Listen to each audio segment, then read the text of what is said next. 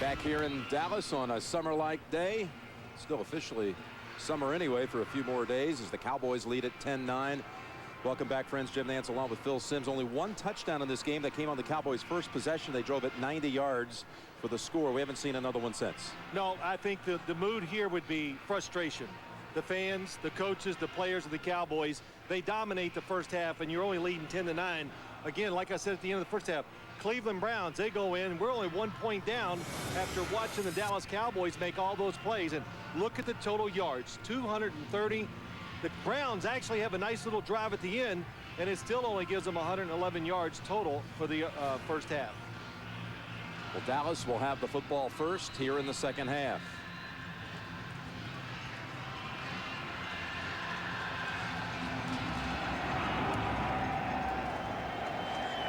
This kick all the way to the goal line. Lee will run it out across the 20 to the 24. A little look at the notebook here, the fantasy numbers from the first half. Garcia only throwing for 37 yards, but threatening a number of times to go long.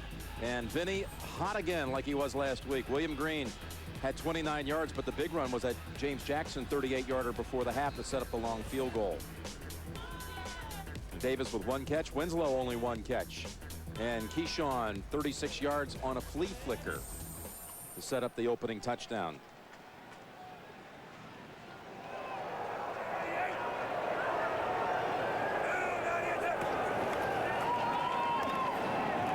Eddie George, short gain, maybe 5.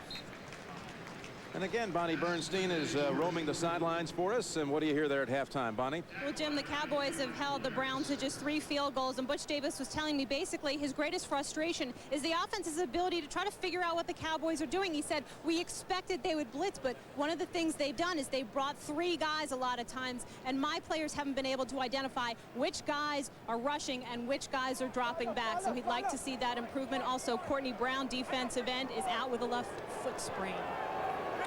All right, Bonnie, second down and 5 here for the Cowboys. And Eddie George with a good run there. Showing some speed for 6. Al Johnson, I mentioned at the start, this was for the center out of Wisconsin, his first career start.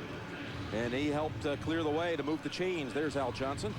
The left side of this Cowboys line, Larry Allen, Flozell Adams, they are big. Jim, nice call. Al Johnson pulling around, getting a good block, but there's one saying, always be who you are in professional football. Right now, Eddie George is a big, hard runner. That play illustrated exactly what the Cowboys want him to be.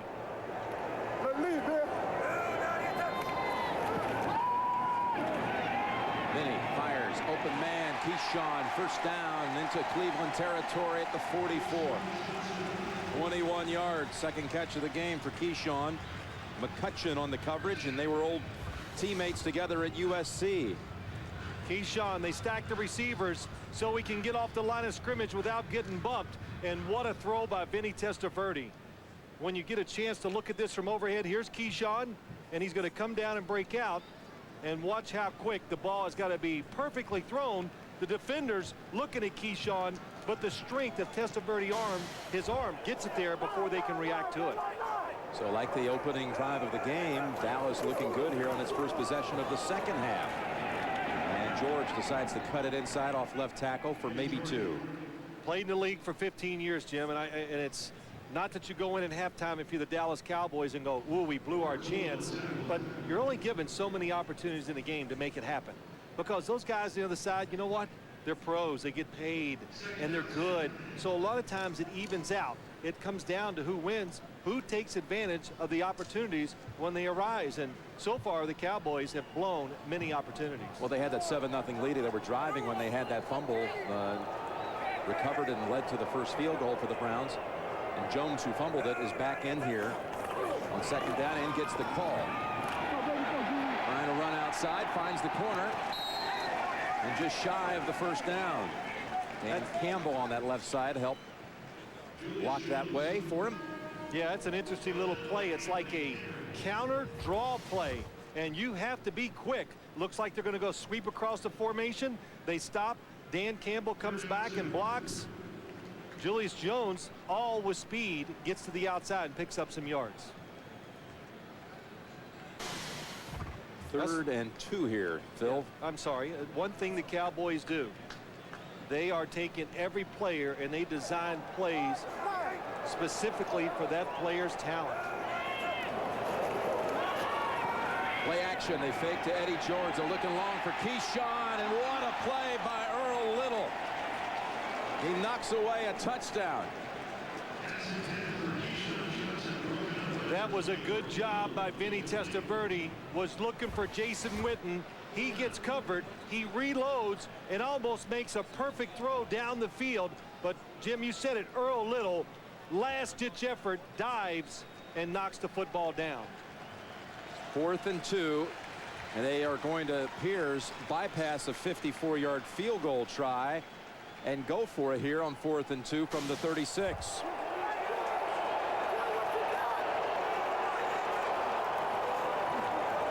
Jones, the rookie, gets the first down to the 33.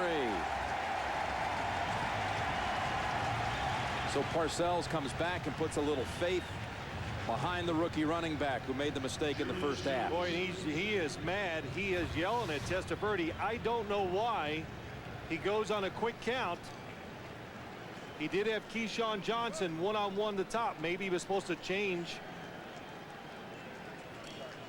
Equibon's helmet comes flying off. That was a nice cut by Julius Jones. Wanted to go to the outside. It was not there. He stopped, broke it back inside, and played tough for a small guy. Ron Warren is out for the Browns. Down to the 30-yard line with that carry by Eddie George.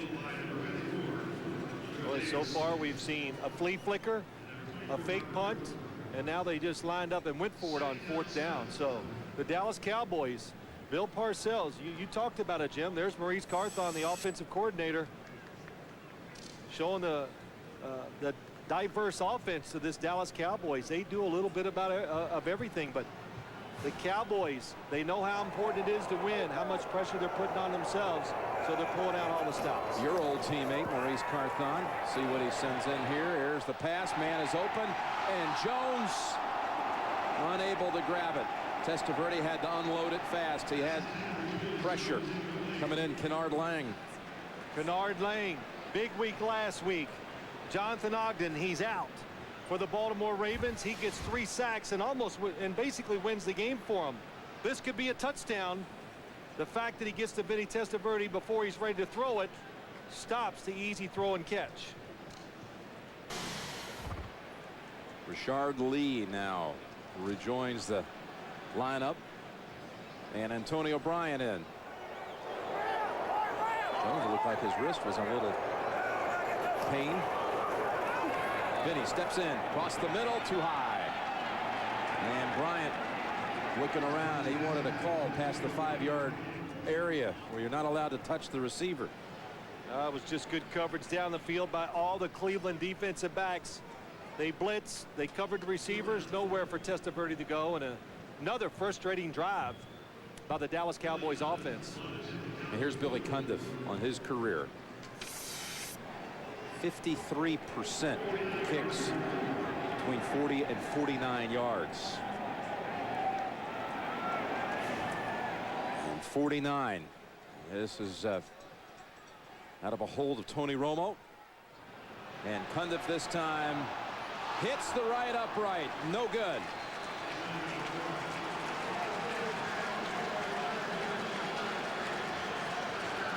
Another missed opportunity for the Cowboys. Cleveland will have it for the first time in the half when we come back. Ding! You are now on the bootleg. Garcia will take off. And that's good for about 10. Garcia does it with his legs this time, but hasn't had a whole lot of success up in the air. Well, as he's tried to throw the football down the field, just good coverage by this Dallas secondary. All over Terrence Newman, Roy Williams, the first play in the middle. And then if you empty that backfield, the Cowboys, they're smart. That means you cannot protect the quarterback. They go after him. Good job, Mike Zimmer. After those first couple open receivers down the field, they have shut down the Cleveland wide receivers. Well, just shy of the first. Garcia off the run, but that'll do it. William Green, a new set of downs at midfield. Again, a Dallas defense that surrendered 5 touchdown passes last week to Dante Culpepper, the first time since Bill Nelson of the Cleveland Browns back in 1969 threw 5 touchdowns against the Cowboys. Bill Nelson. Right. And you see this Cowboys pass defense. Well, the quarterback rating last week was almost perfect for Culpepper. And Randy Moss threw 1 pass too. First down from midfield. Again, a burst up the middle for about 4. William Green. This is really, we talked to Terry Rubisky, the offensive coordinator for the Cleveland Browns last night, and he just talked about there's a transformation in Cleveland. Last year, it was about the 4 wide receivers. There's Terry Rubisky to the left. 4 wide receivers. They were going to, come out and throw the football and then try to score a lot of points, but that's not who they are. Butch Davis, he hires Terry Rubisky. They decide right away they are going to be a running football team. And you see the starting wide receivers, Andre Davis and Quincy Morgan, what they have done. Morgan without a catch. Northcutt has a catch. Only 1 for Davis. Sidestepping everyone. Garcia sees the first down yardage and easily gets a new set of downs at the 33. But when you want to run the football, it really helps too. They got Jeff Garcia. He does an excellent job of protecting it. And then this is what he does best. He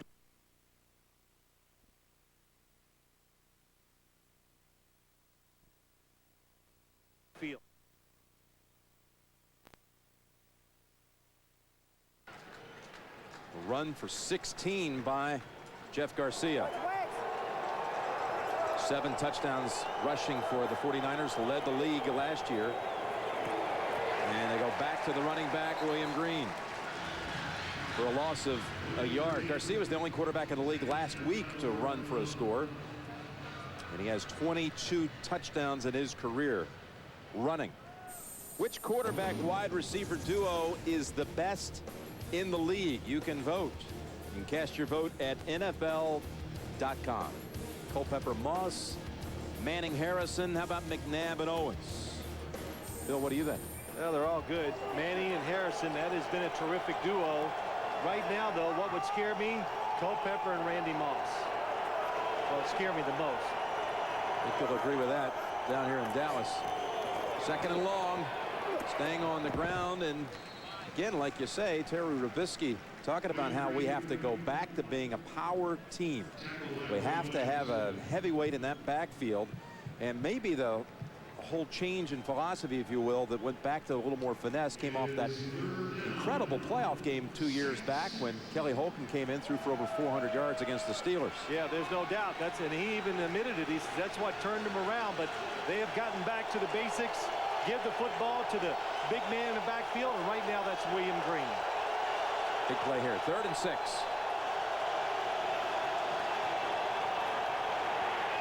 Garcia picked off. Dal Wynn jumps in the air and makes the interception. First time Garcia's ever been picked at Texas Stadium.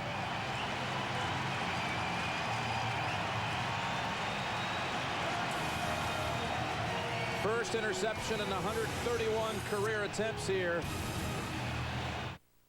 Yes is sponsored by Southwest Airlines, proud sponsor of the NFL and official airline of Super Bowl 39.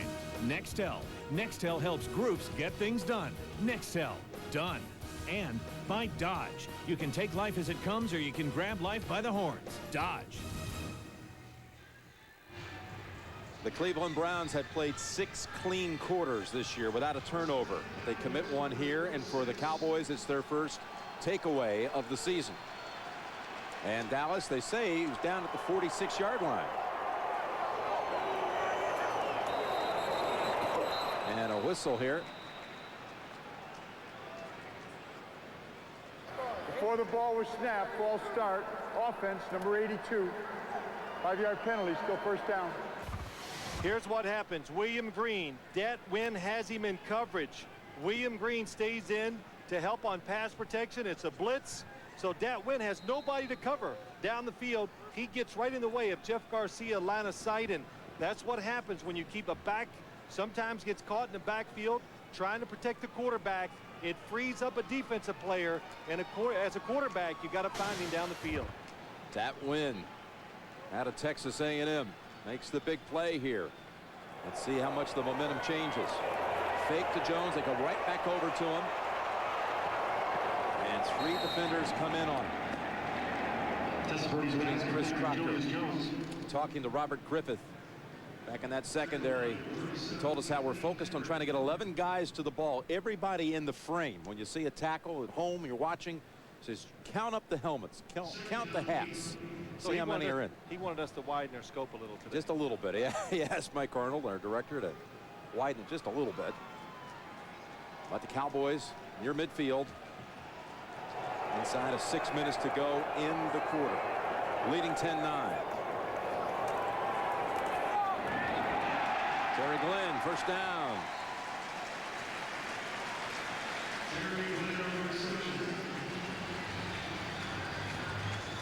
Two possessions, 2 times they've driven it now to Cleveland territory in this half. This is a play that the Indianapolis Colts run all the time. Jason Witten's going to come up the field. Wide receiver comes under it.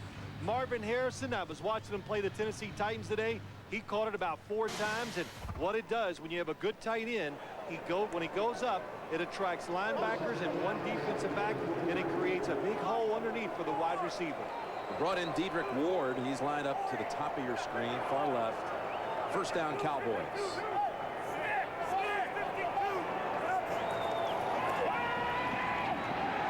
Vinny up top, ball caught at the 10 and down at the 5. Antonio Bryant.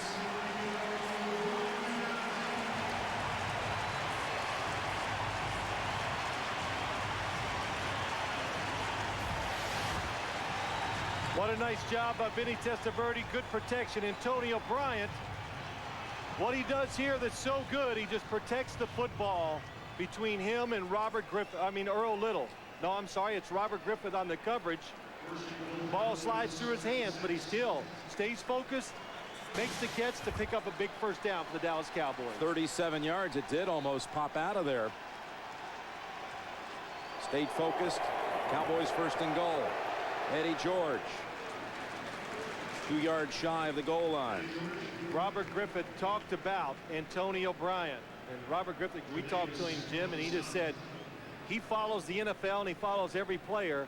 And he says, what a difference in Antonio Bryant this year compared to last year. Better route runner, smoother, just looks, more comfortable in the offense. And I think the fact that Antonio Bryant got in that little scuffle with Bill Parcells back in the summer has made him grow up, and it's made him a better football player. I think there's a little more trust now in that relationship for sure.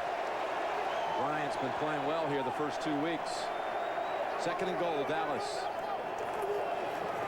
Eddie George. He's across. Touchdown, Dallas.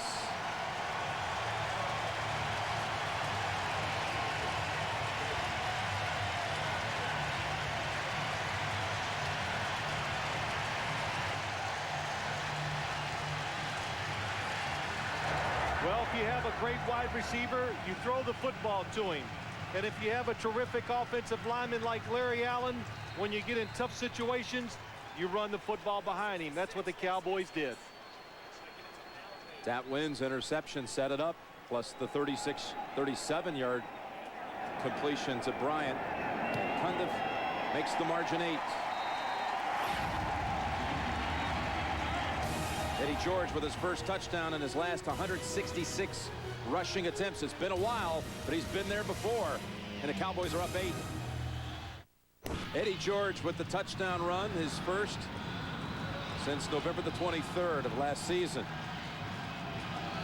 166 attempts on the ground between touchdowns. And the Cowboys lead at 17-9. D. Brown bobbles it at the 5, still trying to get a hold of it. And the lapse in concentration sets Cleveland back in horrible starting field position. Time out of the field with the Cowboys leading 17-9. On CBS is sponsored by IBM. making on-demand business a reality for companies around the world. And by Chrysler, inspiration comes standard. Wednesday on CBS, the premiere of CSI New York. This Wednesday at 10/9 Central with Gary Sinise and Melina Canacaredas. It is getting loud here inside Texas Stadium. William Green bounces outside, fumbles the football. It's hanging free right on the sideline, and they say it went out of bounds first, so Cleveland retains possession. Man, it was hanging on that sideline in play for seemed like a long time. It was William Green. Good job. Bounces the run outside. There's nowhere to go inside. But Tony Dixon, number 24, pops it out of his arm, and he's fortunate that it rolls out of bounds before the Cowboys can get there. And having played in this stadium many times, when you're backed up, it is very difficult to even call the play in the huddle. Well, that was close to recovery. Second down and 13. Man is open. It's Winslow, but he's overthrown. Garcia throwing out of the end zone. Marcellus Wiley knocked him down. Free agent coming over from San Diego in the offseason. Marcellus Wiley, 75, fights through the chop block by the lineman and just pushes Jeff Garcia down. But it looked like Kellen Winslow was open down the field. Pete Hunter, excellent recovery. If the ball would have been on target, he would have intercepted it. Phil, you played here 12 times in your career, and you get backed up like this. What's it like? Try to survive. Don't make a turnover. That's really all you can think about.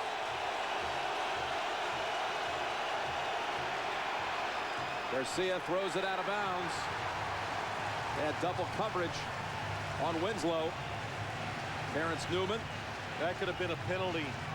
Unnecessary roughness on the Cowboys. The ball not even close to Winslow. Roy Williams came over to say hello as well. Terrence Newman. Yep. Helmet to helmet against the defenseless. Winslow was not jumping for the pass, and that's probably the only thing that saved Terrence Newman from getting a 15-yard penalty. Derek Frost, he has been superb in the first 2 games of his career.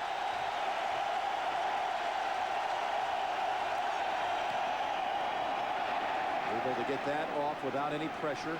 It's Terrence Newman on the run back. And he's chased out inside the 40. 39-yard boot, 7-yard run back. Cowboys showing some fight here. They took it in with their last possession. They got great starting position on this one. Down Dallas Cowboys from the Cleveland 38. Cut back. Lee with a flag after a dash for about 10 yards. Probably coming back.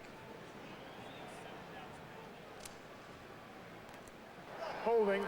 Offense number 76. 10-yard penalty. Repeat first down. Lozelle Adams whistled for that. Called for that. Thursday on CBS. The new Survivor gets a little more interesting here as last week the women beat the men, but it's coming up this Thursday. The guys are out for revenge. Survivor Vanuatu Thursday at 8, 7 Central. And next Saturday, Alabama, Arkansas, the Home Depot SEC on CBS.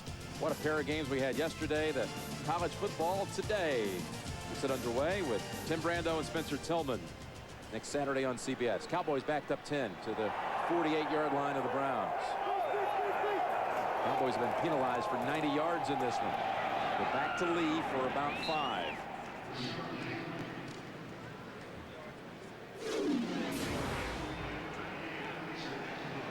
Cleveland has outrushed the Cowboys, but Dallas with a huge advantage in the passing game. Well, you think a quarterback doesn't make a difference. I didn't think Testaverde would make this big a difference in the Dallas Cowboys offense. Last year, so many times they struggled to throw the football, to hit high percentages, to get it down the field. the season, the first 2 weeks, if it's any indication, it's going to be a terrific year for the Dallas Cowboy wide receivers. Play action. And Testaverde left side.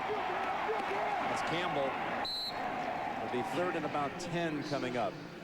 Arizona Cardinals and the NFL are honoring Pat Tillman today. And for more on that, let's go to Greg Gumbel. Yeah, Jim, they did honor Pat Tillman, the former Cardinal, today at halftime of the Patriots-Cardinals game. Tillman died in action in Afghanistan back in April. His family was on hand. His wife, Marie, spoke. His number 40 jersey retired as players and wore his number around the league on their helmets today. Pat Tillman was 27 years old. Jim? Thank you, Greg. Pat Tillman reminding us all what really term hero, how you define it. Cowboys 3rd down play, picked off. It's Anthony Henry on the run back. And he's out of bounds at the Dallas 22-yard line. Testaverde had not been intercepted in almost, 180 attempts, 181 attempts. He had the longest streak in the league without a pick.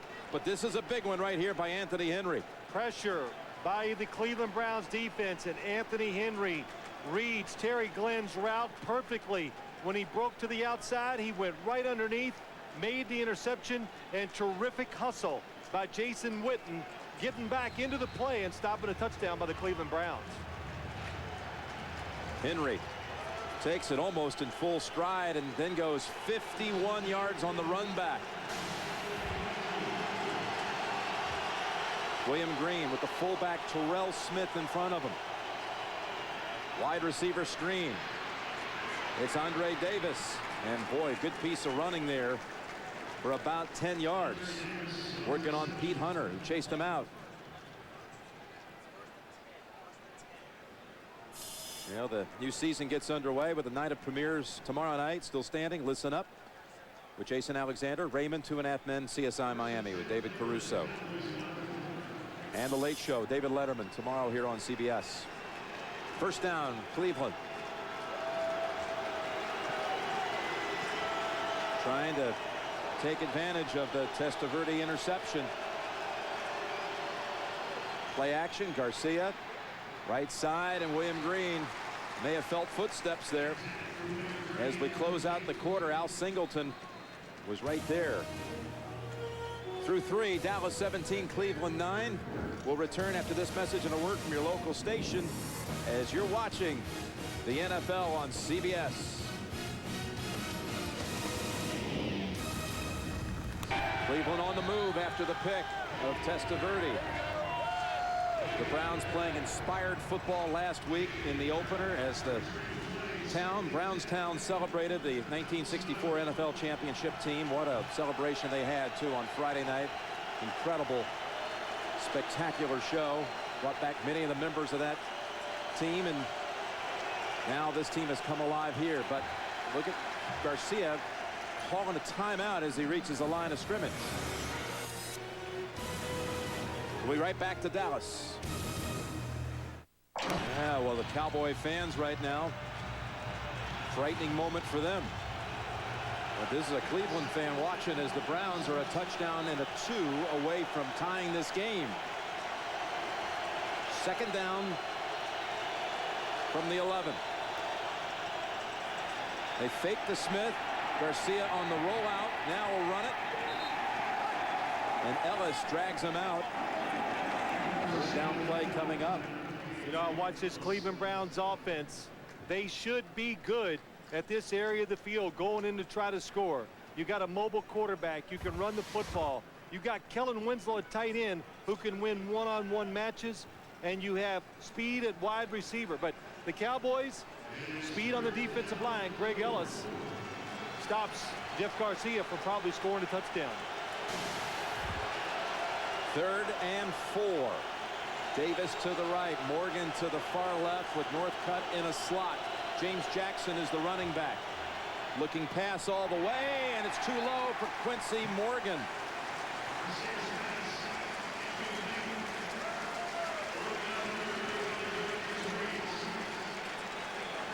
Pressure by the Cowboys, and Jeff Garcia just not getting enough on the football to give Quincy Morgan a chance to come up with the catch. Hard to put a lot on it when you're falling back. I know there's pressure, but you got to stay in there and throw it hard and give your guy a chance to catch it. Doc Reeves, the rookie from Third draft in the 7th round, former Big Ten sprint champion. made a good play there too to influence it. 22-yard try. Dawson is good again. 4 field goals for Cleveland, but not in the end zone once. 17-12 Dallas, early for it. On CBS is sponsored by the all-new season of the critically acclaimed series The Wire, only on HBO. Check your local listings. Dr. Pepper and your Dr. Pepper bottler. Be you, nothing's better, Dr. Pepper. And by Best Buy. Thousands of possibilities. Get yours. We're back at Texas Stadium with the Cowboys leading 17-12. As the Cowboys last week failed to win their opener for the 5th straight year. A year ago they lost their opener to Atlanta, then reeled off 5 straight wins. Lee downs it. They'll bring it out to the 20. And next Sunday on CBS, regional action. Some will see Houston, Kansas City. The Browns will be at New York against the Giants, who had a big win today against the Redskins. And Phil, I'll meet you in New York for that one. San Diego, Denver late in the day for some of you. And it all starts with the NFL today at noon Eastern time with Greg and Dan, Shannon and Boomer. The NFL today next Sunday. You mean the Giants won? The Giants won. Well, you mean they didn't revote for Tom Coughlin? I can't believe it. He wants them to come to meetings on time. Oh my god. It's a lot to ask. It is. You know, what do they expect out of a couple $1 million nowadays? They expect you to show up on time? Oh, these guys just aren't even fair sometimes, are they? Witten, he'll have the first. And a little bit more was well, he's going to be ruled out. He's going to be ruled out. Out of bounds. Holdman pushed him out after 17 yards. Boy, he's so versatile, so fluid, runs down the field, makes it look easy. He's got a lot of similarities to Kellen Winslow. Jason Witten, to the left of your screen, just goes down the field wide open. Browns really get caught in some defenses that are just not giving them a chance to cover the tight end. Witten's having a career day in terms of yardage. Now in his 2nd season from Tennessee. 77 yards, that is a new high.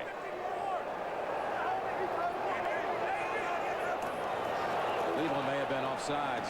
Eddie George just falls back to the line of scrimmage.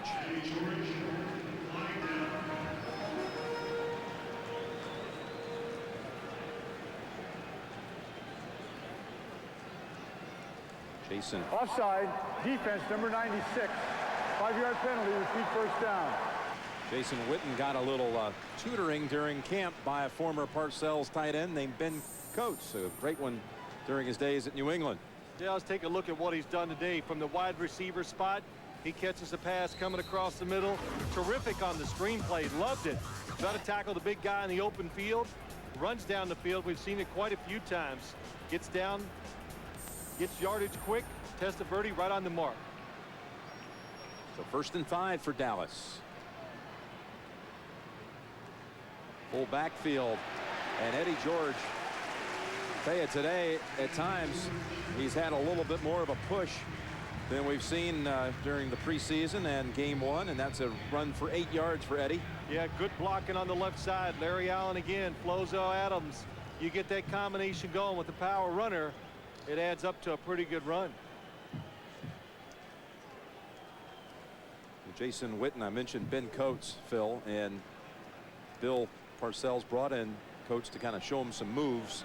And Bill said that Witten was just kind of lapping that information up like milk. Shoot, it's like getting as a quarterback getting tutored by Johnny Unitas. Back they go to Witten. And Griffith knocks him down.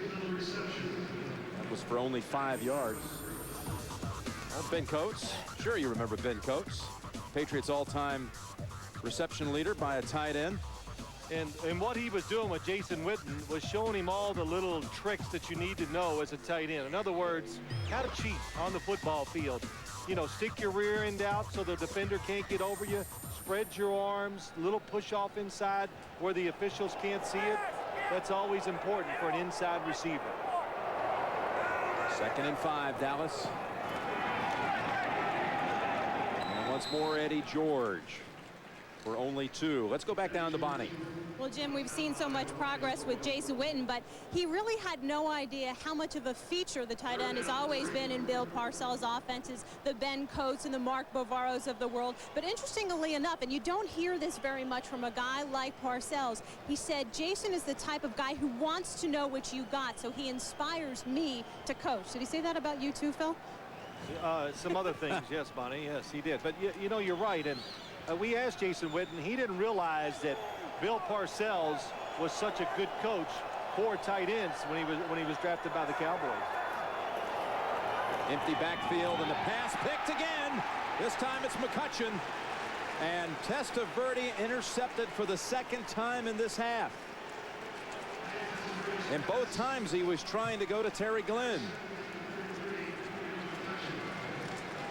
2 picks in his last 4 passes.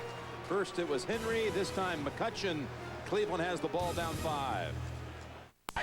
Dalen McCutcheon, the last original draft pick from the '99 class, comes up with the big pick as Dallas was in Cleveland territory, and now the Browns take over with 11 minutes left.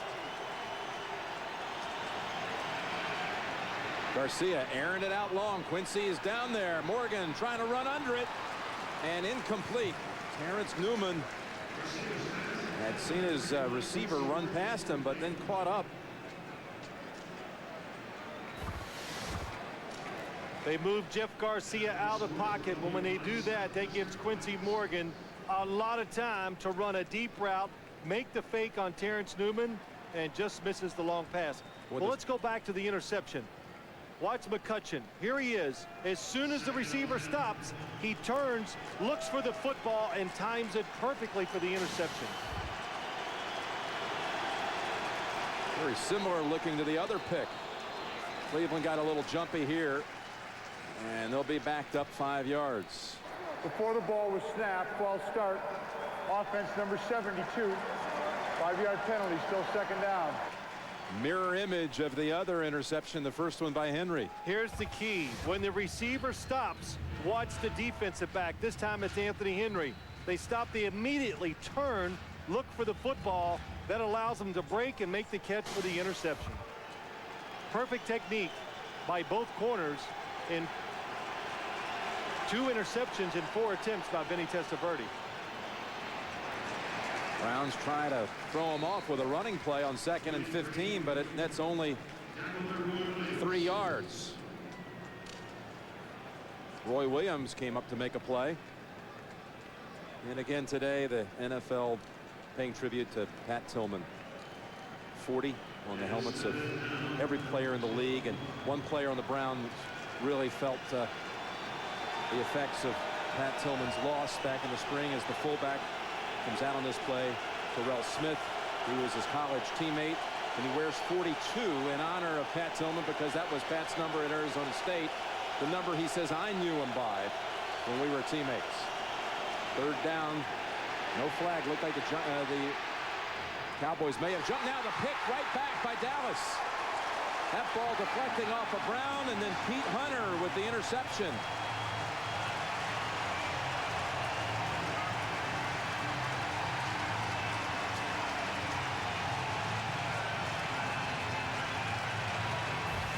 Pressure on Garcia. Has to leave the pocket. Greg Ellis forces him out. Kalen Thornton is chasing him, gaining ground. He makes a good throw to Jackson. Bounces off his arms, and Pete Hunter in excellent position to make the tackle. If he catches it, it would have been short of the 1st down, but alert to get the deflection for the interception. Right you are, Phil. It would not have been a 1st down anyway, but Jackson should have made the catch, and an interception instead. And Garcia again had the best quarterback rating of any Dallas opponent in this stadium in history, and very poor numbers today, under 30%, and 2 interceptions. Eddie George bursting up the middle, and Keyshawn trying to help move that pile. It gains about 9. Tucker also with a good block. How many times can you ask your defense to go out there and make another stand for you? The Cleveland Brown defense, they've been courageous today. They've been under assault all day long by the running and throwing of the Dallas Cowboys. And he even receives an Eddie chant, I'm sure for the first time in a Cowboy uniform, as Eddie George has been running hard today with a touchdown and 53 yards on the ground. We'll work him again, 2nd and 1, and he falls forward for the first.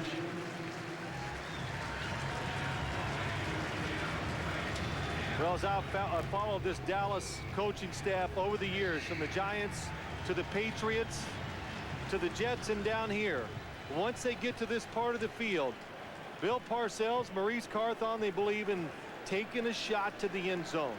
This is where it gets hard to pick up first downs because the field starts to get constricted for you.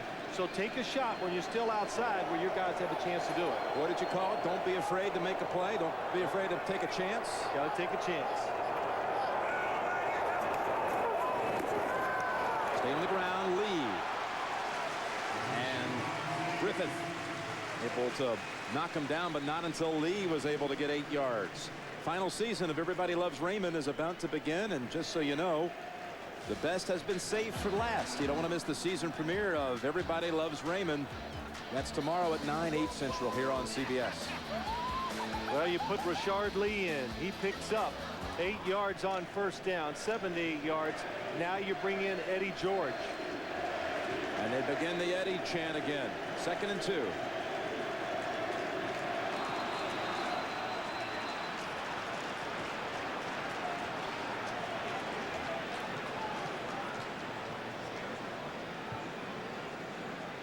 False start, offense, number 76.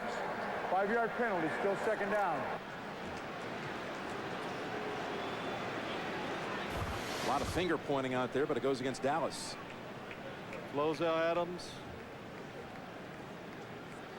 He thinks Ekubon because he moves. That's defensive offside. Only if he makes a really hard move in to the neutral zone would it be a penalty on the defense. Dallas with almost a 12-minute advantage time of possession. 2nd down. Don't be afraid to take a chance, you said, and the chance backfires. Picked off by Griffith. That was a terrible decision by Vinny Testaverde. This is a play. If you want to take a shot, you do it pre-snap. Griffith read the quarterback all the way and makes the easy interception.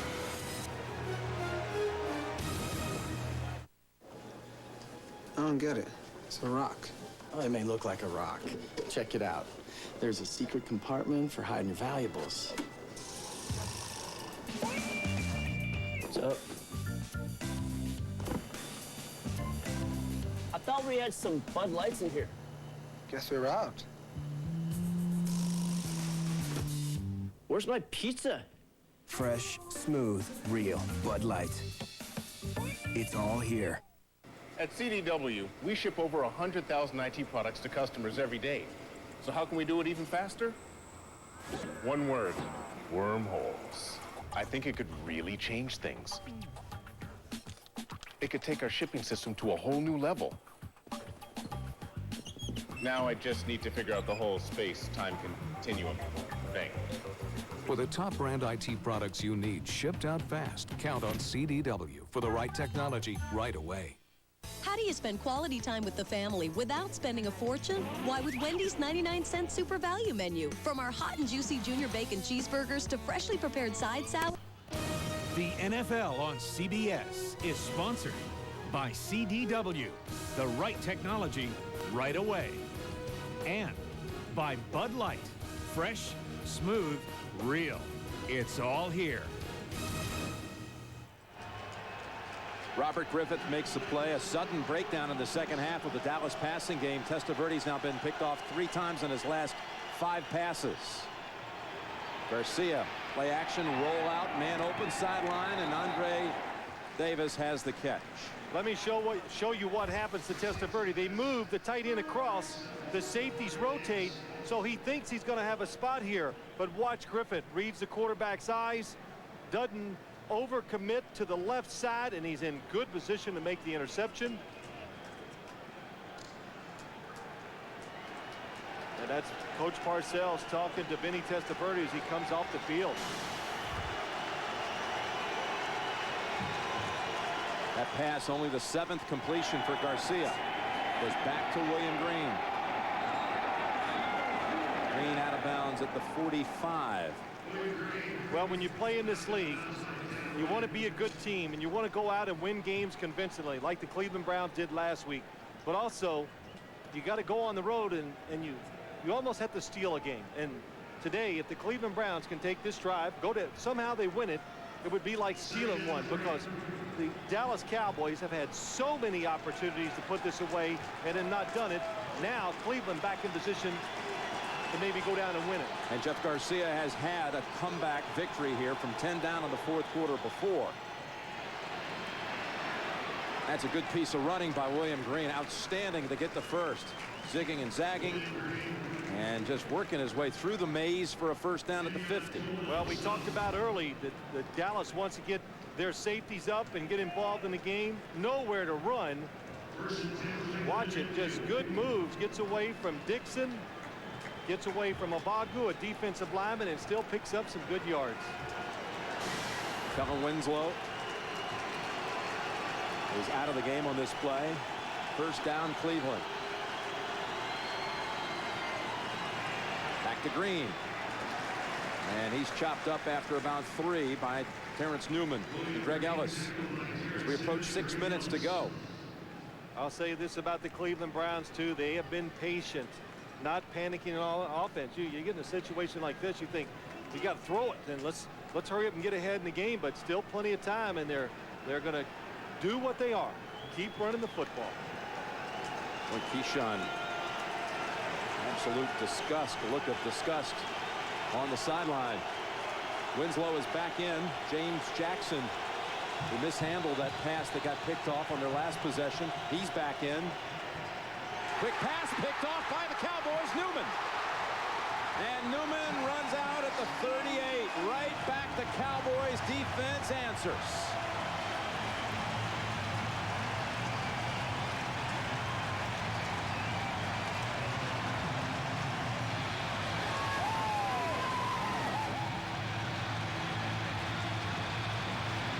Back and forth we go with turnovers in the second half. What a job by Terrence Newman. Diagnosed the route and was aggressive and comes right underneath the receiver. Quincy Morgan, he sees him go inside, right around, doesn't even touch the receiver. Terrific play. And Quincy Morgan, you got to protect your quarterback. Never let a defensive back go around you like this and make the catch.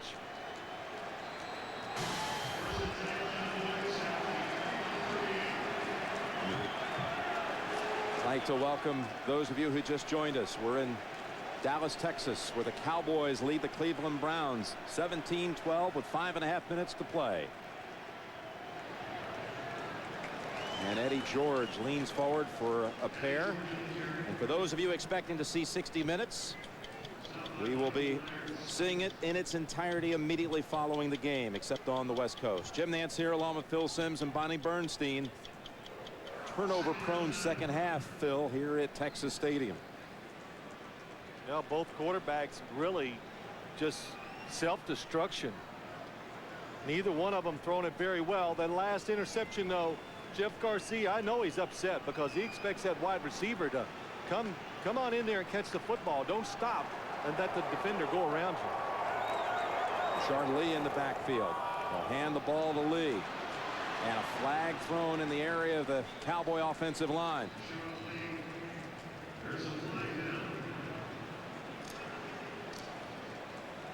Browns without a turnover in their first 6 quarters of the season. They've had 3 in this half. Safest play for both teams might be just take the snap and take a knee. It's unbelievable. Holding, offense number 73, 10-yard penalty, repeat second down. Again, 60 Minutes is coming up in its entirety. Also tonight on CBS, you've got Cold Case, CSI Miami, and Without a Trace. You see John Fox and Bill Belichick, the 2 Super Bowl coaches, and a visit with Leslie Stahl on how they took their teams to the Super Bowl. That's coming up right after football, except on the West Coast. Dallas has now been penalized for over 100 yards today. Yeah, it's whew. Whole lot of ugly going on out here. There's a lot to talk about on both sides when they watch this film tomorrow. Even if you end up winning a game, there's going to be a lot of hurt feelings. 9 times flagged for 105 yards. 2nd and 19. And 3rd and, wow, 18 coming up for the Cowboys. Working on the clock a little bit. 4.5 to play.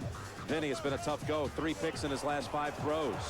Yeah, it has been tough. You know, give credit to the defensive backs. The first 2 just tremendous plays. And then Griffith reads the quarterback's eyes. The last one really a bad decision by Testaverde to throw it right down the middle with the safety sitting there waiting on it. So do you go right back up again here? I think whatever they do, it's going to be a safe play, and I'm sure Testaverde is going to make a really conservative decision. They load the right side, then they bring Witten in motion. Play action fake to George. Vinny one will go way down the field, and he throws it out of bounds. So Cleveland will get it back. The Browns have been held to 4 field goals today. You know, once you, as a quarterback, and Jeff Garcia now he has a different frame of mind. They're behind, but once you make so many mistakes as a quarterback, it's hard to keep your mind fresh and go, okay, I'm just going to the next play and move from there. It's very tough. And Testaverde, it was going to be hard for him to pull the trigger no matter what happened down the field. I remind you of Kellen Winslow, the rookie tight end, with all that speed, knowing how to get off a line of scrimmage. He's in there trying to block a punt, but not this time. North cut, fair catch at the 9. Good boot there by McBriar. 36 yards and inside the 20. He does his job.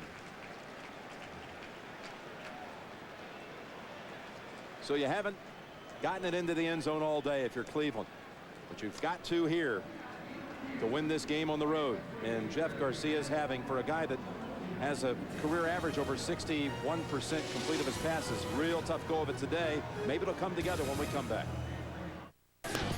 Game started with the field conditions at 120 degrees on the field. But if the Browns, a well-conditioned team, that's something Butch Davis talked about a lot yesterday in our meeting. He wasn't worried about the heat here.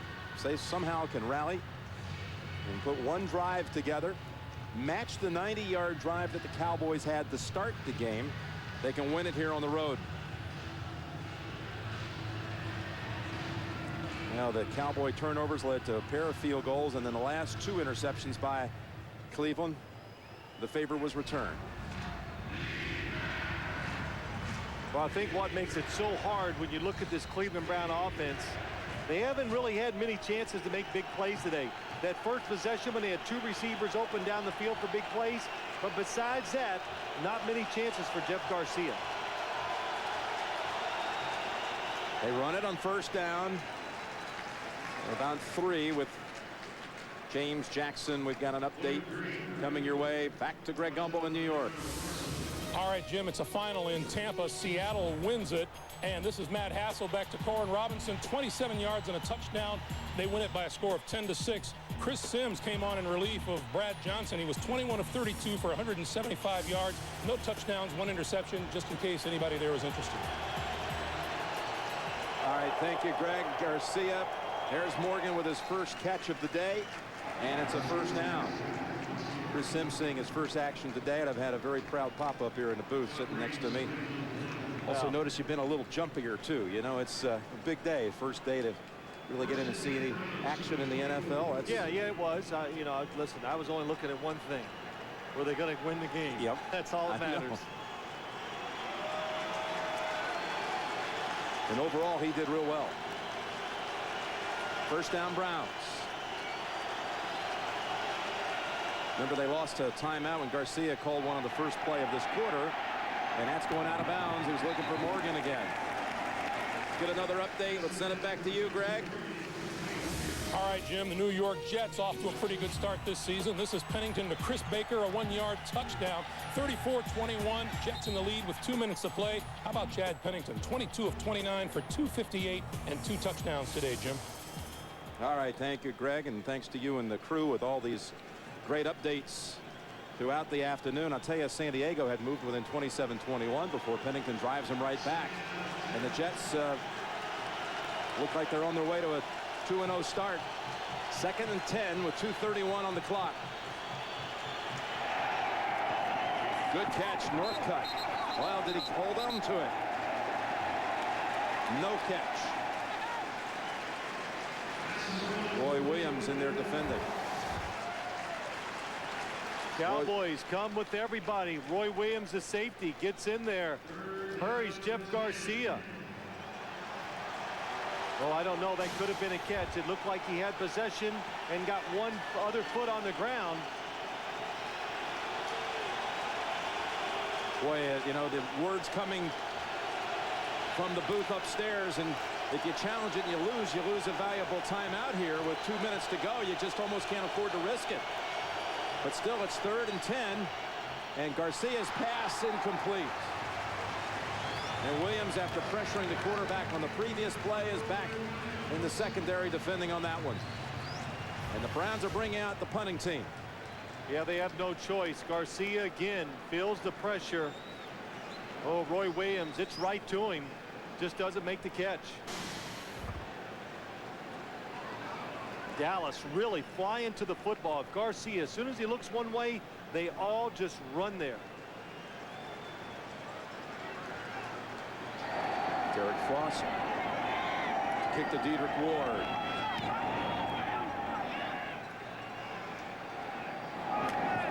Big boot. Ward fields on the sidelines and adds some yardage with a nifty move, and there is a flag at the back end of that run.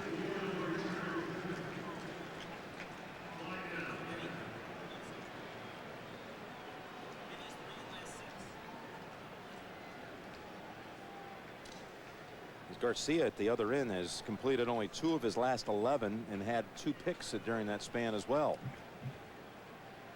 Cowboys have really defended During him. the return, illegal block in the back by the receiving team number 54.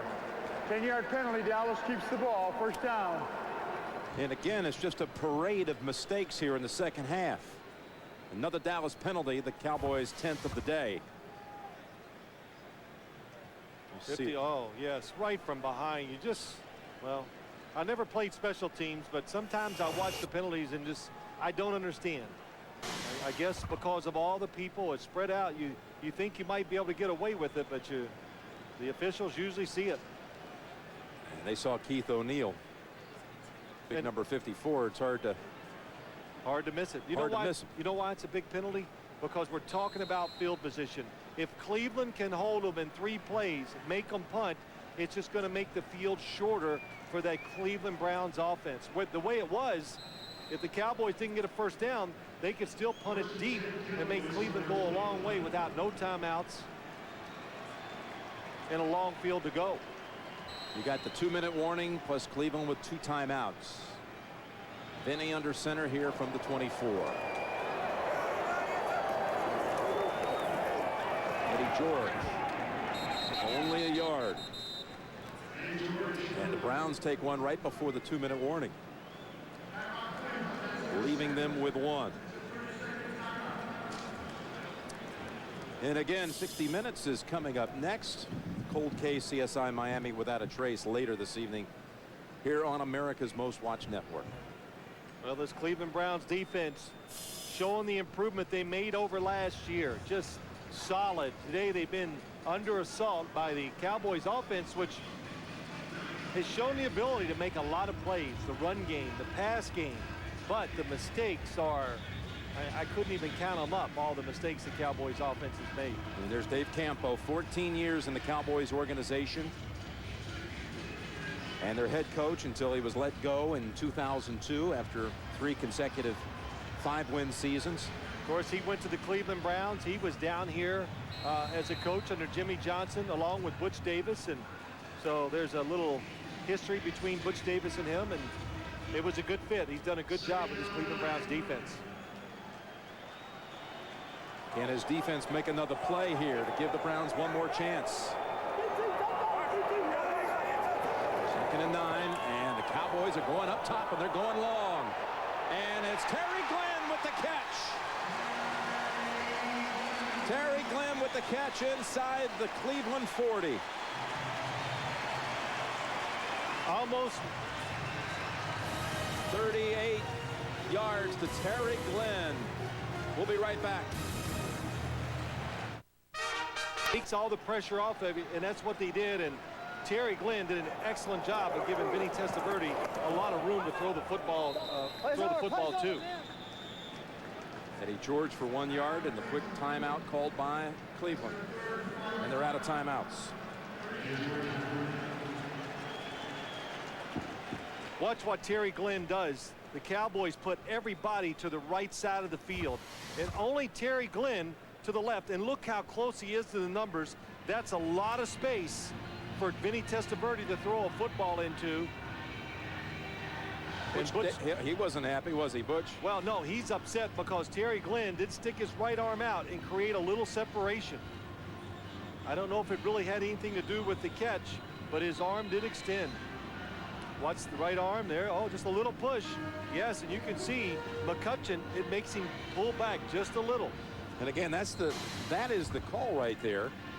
The point of emphasis from the preseason that seemed like it was every single time there was any contact. And they called it a lot this preseason against the offensive player. And you're right, Jim. That was a good example. Your arm extends. That's a penalty. 2nd and 9, 154. Browns can't stop the clock. Eddie George down at the 33-yard line. You saw the graphic where Vinny's over 300 yards passing. This is the first time in the history of the league that a quarterback at the age of 40 has had back-to-back 300-yard passing performances. Never been done. Warren Moon never did it. George Blanda didn't do it. But Vinny has, even though he's not going to be proud of some of the moments in this second half. That was a big-time throw to Terry Glenn a moment ago. 300-yard passing games for quarterbacks over 40. Moon, Vince Evans, Lynn Dawson, Sonny Jurgensen, but never had anyone at 40 had back-to-back 300-yard performances until today. So 104 and 4th down coming up. Let's see how quick they set the down clock. It's in motion now. About a 19-second differential. Well, the Cowboys will actually get what is going to be good. They win the game. They do a lot of good things, but the coaches will have a lot to hold over the head of the players this week, so they'll be able to keep their attention and keep them striving to get better just because of all the mistakes they made here in this game. In Cleveland, like I said earlier, Jim, it's you have so many opportunities. You have a chance, even though you don't play well, you have a chance to steal the game, given a couple of chances, and they don't take advantage of any of them.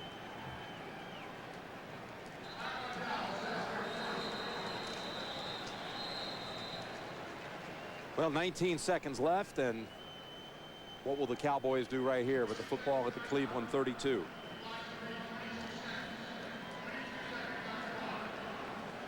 Well, I do not expect them to try to kick a field goal. 17-12, you are 5 points. It'll take a touchdown to beat you. 20 seconds to go. You quick punt it if you want to do that, or you take the football and you run it. And you try to eat up as many seconds as possible.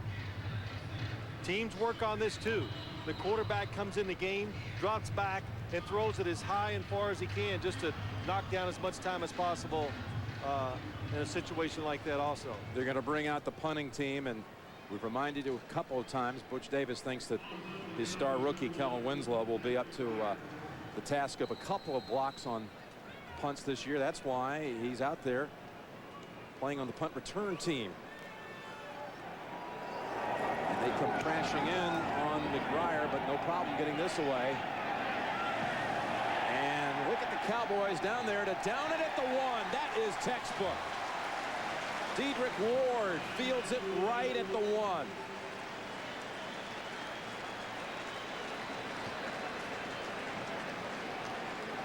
So Cleveland, your assignment is a difficult one. 13 seconds, down 5, and you got to go 99 yards. You need a Tony Dorsett run like he had against Minnesota years ago. Garcia coming out for at least one more fling on what has been a very difficult, trying day for the Cleveland quarterback. I would say the #1 thing the Cowboys defense did hurt this Cleveland offense is they kept Jeff Garcia in the pocket and made him throw the football down the field, didn't let him move around like he likes to. Ball caught by Winslow, but he was out of bounds. They just took him out of his own game. Probably down to 1 snap. Cleveland at the 1-yard line, but for the Browns' sake, unfortunately, their own 1. Oh, look at this. They're calling a safety down here, Phil. Holding with the quarterback in the end zone.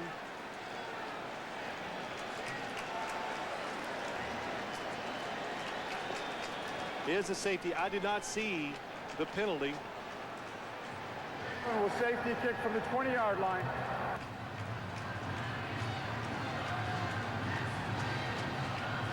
We're back, and the Browns have just been flagged for offensive holding in the end zone, which results in a safety for the Cowboys. Oh, it's on the right side.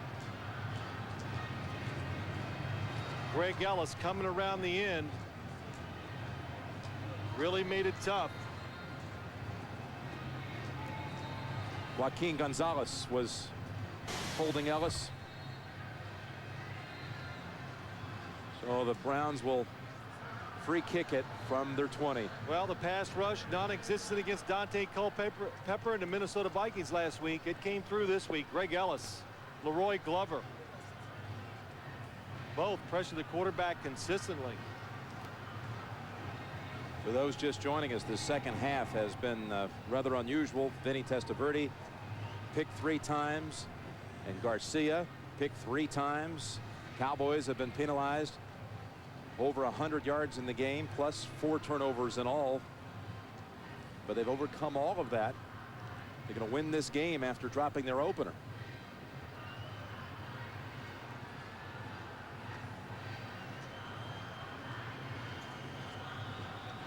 Well, here's what's taking so long right here is to the Cleveland Browns, even though it's a free kick, they're going to try to onside kick to recover it, and hopefully they'll have enough time to run one more play.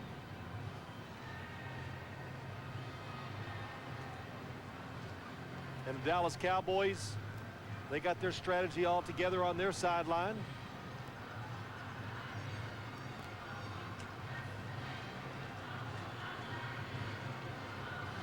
They're going to free kick it from the 20. The ball has to cross the 30. 30-yard line, that's right.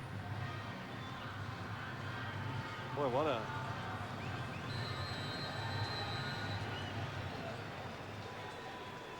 So they stack it heavy to the right side.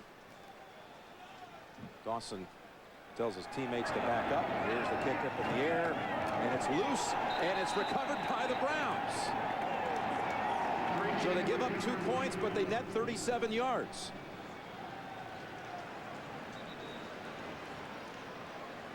Boy, what a job. Usually it's done off the tee. This time it's done on the ground. It takes a big hit. I couldn't see who missed it. Anthony Henry on the recovery. He the one who had the first interception in this half. And look at this. Keyshawn's going to come in as an extra defensive back here. Well, get some big tall guys to knock it down when Jeff Garcia throws one high in the air.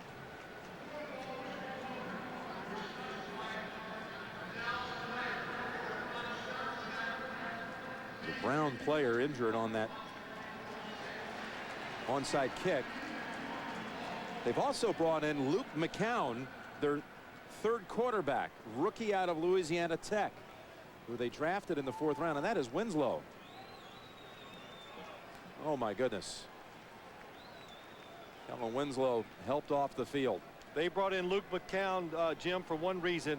He has a stronger arm than Jeff Garcia. He can move around, buy some time, and he can probably make it to the end zone if he can keep the Cowboy rush off of him long enough to throw it down the field.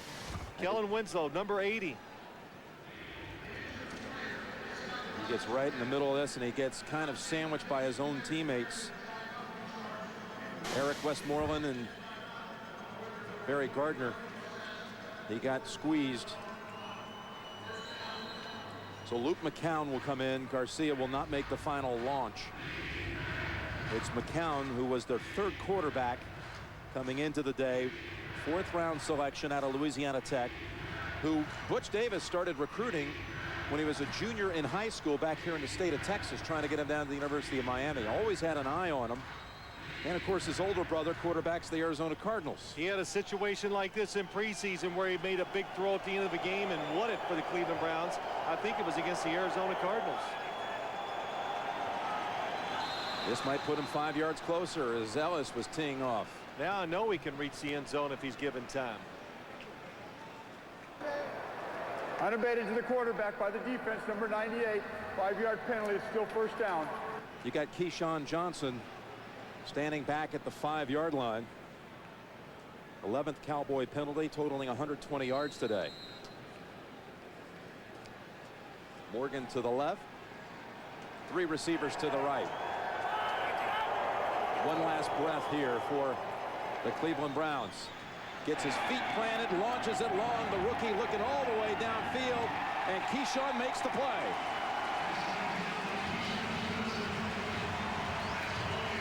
Dennis Northcutt was in the area, but Keyshawn bats it down to close it down here in Dallas. Dallas Cowboys and the Cleveland Browns walk off the field, each team 1-1. Dallas the winner here today. And a reminder, coming up 60 minutes, except for those of you on the West Coast, Cold K CSI Miami. And without a trace. What a day it's been here, week 2. For the gang back in the studio, Bonnie and Phil here on site. This is Jim Nance. You've been watching the NFL on CBS.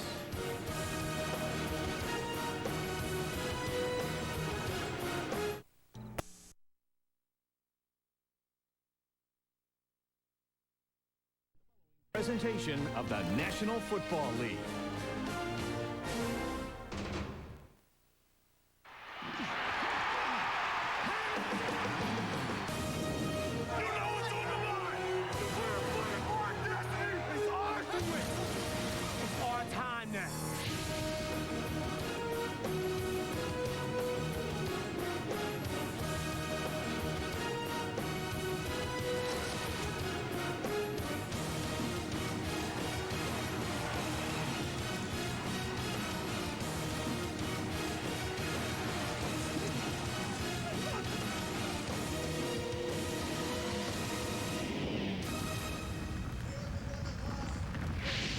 Browns and Giants about to begin here at Giant Stadium. Kurt Warner a week ago directed New York to a win that ended a 9-game losing streak for the team. Warner and the Giants will host the Browns when we continue in just a moment. Subway presents Fresh Starts, a glance at teams looking to turn heads this season. Subway, eat fresh. At 2-0, Coach Jack Del Rio is turning heads in Jacksonville. Led by number 54, Mike Peterson, number 98, John Henderson, and number 20, Donovan Darius, the Jaguars' defense hasn't allowed a 100-yard rusher in 17 games, landing the team in first place in the AFC South. Hi, I'm Jared for Subway Restaurants. Did you know that a McDonald's Big Mac has 33 grams of fat? 33 grams of fat. But on the other hand... And Bonnie Bernstein here from East Rutherford, New Jersey. And Bonnie, what do you have for us? Well, Jim, Mike Strahan is not satisfied with the 7 turnovers the Giants forced against Washington last week. He said today, we have to be more aggressive early. We shouldn't wait for other guys to smash us in the mouth before we wake up. He said because with a guy like Jeff Garcia, who can roll out to his right or left and throw, he's dangerous. And Jim, you know, with Garcia posting a 0.0 passer rating last week against Dallas, he wants a little bit of redemption.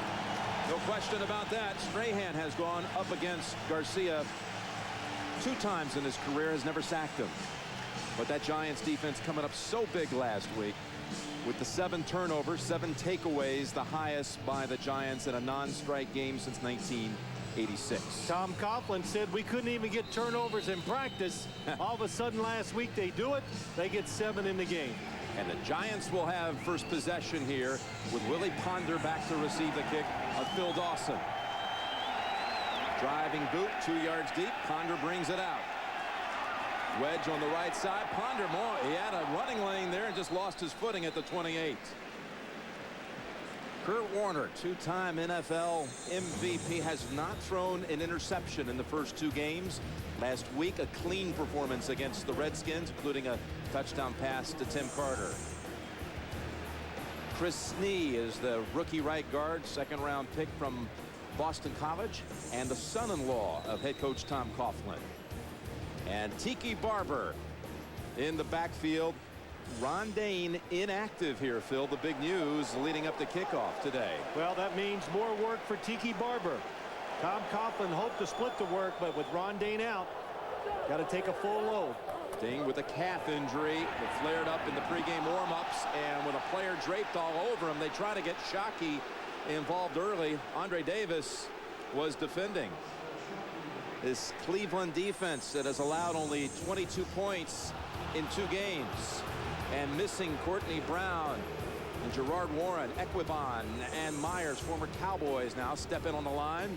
And there's a linebacking core with Davis in the middle defending on Shockey on that first pass play, and Earl Little at safety. But the big news here, 2 new starting corners today.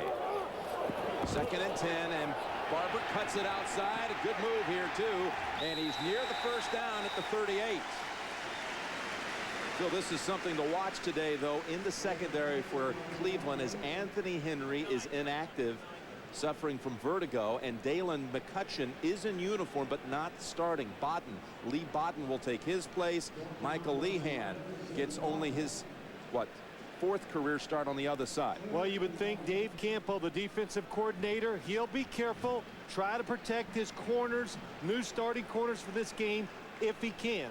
They also would like to keep Tiki Barber from going outside. That was one of their big keys. 3rd and 1, and Warner gets the first with the hookup with Shockey. How about that, Jeremy Shockey? Where will he line up today? He lines up everywhere. Inside, he moves around the formations a lot. This time he comes from the tight end position, gets out to the sideline, and he gets excited. And signals the first down. You talked about it in the NFL today about Shockey stepping out this week and saying that he wasn't comfortable as the tight end, adjusting now to the new scheme here of Coach Coughlin. First down, Warner sets up the screen with Barber.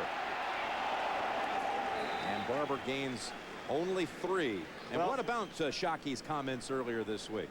Well, Jeremy Shockey, let me tell Shannon one more time, he was not complaining. When I woke up the other morning and read the article, Jim, the first thing I went, uh-oh, he got caught. You have to be careful when you're a player, especially here in New York, what you say to the press. He said he feels uncomfortable. Not that he's unhappy with the coach. And he's uncomfortable because he's doing things he hasn't done before in his career, lining up everywhere and moving around a lot. 2nd down and 7, back to Tiki. And Tiki zips it straight ahead, about a half-yard shy of the first. Earl Little steps up to make the hit. And Coach Tom Coughlin, talk about somebody that's been in the news ever since he took over the Giants head coaching job, even since really the mini camps back in spring. People have been talking about technical Tom and his obsessive attention to detail that has rubbed a lot of the veterans here, or maybe not a lot, but a few that have been outspoken about how difficult it's been adjusting. Well, they'll get used to it. They'll adjust, but Tom Coughlin getting that first victory, Jim. What did he say the other day? Now I can get on with my life. That first win is big. Barber. 2nd and 3rd effort may have gotten the first down. He bounced outside. They had him for a loss. Kennard Lang was really set to bring him down for about a 2-yard loss. It depends on the spot here. They're going to mark him just shy. It's right over there by the chains. Boy, and no hesitation by the New York Giants. Tom Coughlin immediately sends out his punting team, and you think, wow, midfield, they only got about 6 inches, but if you follow the Giants, you would understand they are terrible when it comes to picking up these kind of situations on 4th and short. Just short. Sean Thompson also had a crack at him at first. North cut, fair catch called off the boot of Jeff Fiegels. So we'll see the Browns' first possession as we're just getting started here at Giants Stadium. Check out this matchup for the first time. A Giants defense that garnered 7 takeaways last week in a win, and a Cleveland offense that was kept out of the end zone, managing only 4 field goals in a loss at Dallas. The Browns' first snap. Jeff Garcia goes inside with the run to William Green for about 3. Michael Strahan with the first hit. Jeff Garcia, how will they bounce back today after an abysmal performance last week at Dallas? Probably the worst of his career. 0 quarterback rating. He had another game, though, a year ago where he threw 4 interceptions. Statistically, even a little worse, really. Gonzalez on the right side in a matchup against Strahan. Huge matchup. Joaquin Gonzalez, 4th career start. And Green in the backfield. Suggs inactive for the 3rd straight week. Staying on the ground, William Green again for maybe 2. That's all. Green finding some tough running here. 2 carries, 4 yards. Giants last week shut down Clinton Portis, kept them under 70 yards. Robbins had a big game with 2 sacks, a pick, and a forced fumble. Barrett Green ran back a fumble for a touchdown. And they start today. Jabril Wilson, as Shawn Williams suffered a knee injury in practice on Friday. Torn MCL surgery, and undetermined how long he'll be out. 3rd down, and Garcia goes down. Fred Robbins, we just spoke of his big performance in the win over the Redskins. 2 sacks a week ago, and he gets 1 on the first passing down today. Well, this is a good sign for the New York Giants. Who wins football games so many times is determined by who wins up front, and the Giants overpowered the whole offensive line of the Cleveland Browns that time. Mark Jones is back to receive the punt of Derek Frost. Frost has had a most impressive first 2 games, driving Jones back to the 40. There is a flag as Jones loses the handle, I believe, after the whistle. They down him at the 48 after a 50-yard boot.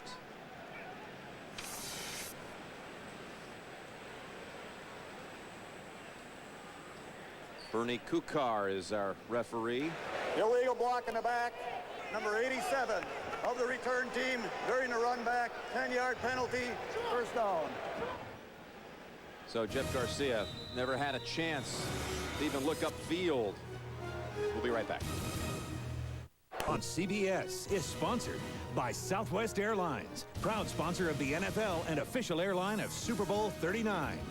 T-Mobile, get more minutes, more features, more service. And by Budweiser, grab a cold, fresh Budweiser. It's game time. The MetLife blimp Snoopy 1 under the command of Captain Steve Wood with help from co-pilot Snoopy.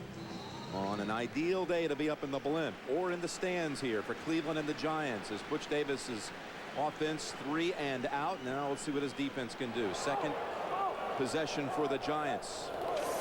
Warner play action. Open across the middle. Toomer for the first at the 45. Caught it right in front of Robert Griffith. What do you look for in this matchup, Giants offense against this Cleveland D? Well, I know one thing. We just saw something the New York Giants really want to do. Kurt Warner, he drops back. Nice play action, slow the line down. Looks to his left.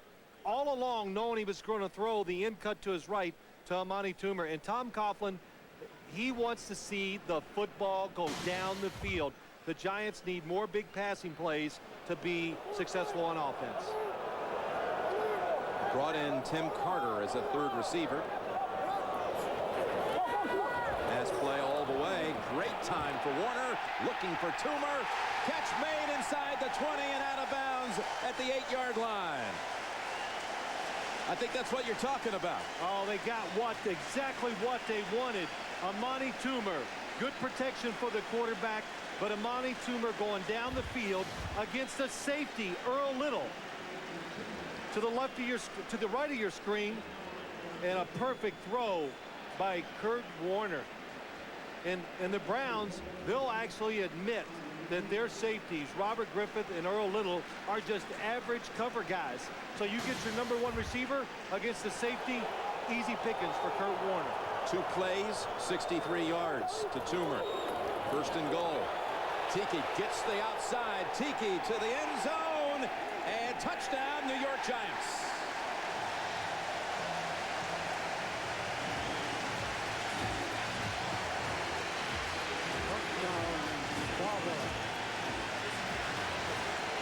It's not a good sign for your defense when the #1 priority you have is to make sure that Tiki Barber doesn't get outside.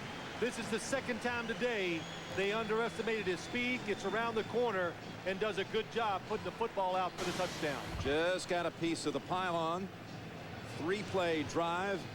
That's Tiki's 2nd rushing touchdown of the year, equals his total for the entire 2003 season. Get Tiki Barber outside, throw it down the field. Giants get everything they want in that drive. And Steve Christie with the extra point. 2 pass plays to Toomer. Bodden gives up the outside to Barber, and the Giants up 7-0 here at the start. An 8-yard touchdown run, and the Giants lead it here 7-0. 2nd rush touchdown of the season for Tiki, who has over 11,000 career yards. That's tops all time in Giants history. Frank Gifford 2nd. He's here to see the game today. Short kick here by Christie, fielded at the 23-yard line and brought out to the 36. There's Andre King on the run back.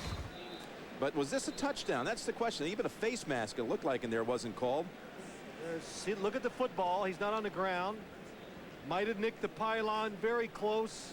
But you know what? It's not worth challenging. So the Cleveland Browns, Butch Davis, usually I'd say always challenge the touchdown, but not in that case.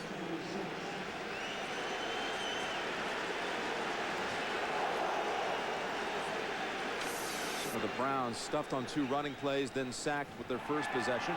Go to William Green on the pitch. And he's got about 4, swarmed by about 4 Giants there. Monday on CBS, it's a drive-by shooting, Miami style. Now the city's biggest manhunt is about to begin. You don't want to miss a new CSI Miami. That's Monday at 10/9 Central here on CBS. Mentioned it earlier, Lee Suggs. He went at it pretty hard in practice this week, suffering from a stinger injury that dates all the way back to the last week of the preseason. But for the 3rd straight game, the man who is expected to be their featured running back this year is out again and not 100% ready to go. So inactive. Green will do the heavy lifting, and he's got a piece of running room here for a 1st down after the 47, chased out by Will Peterson.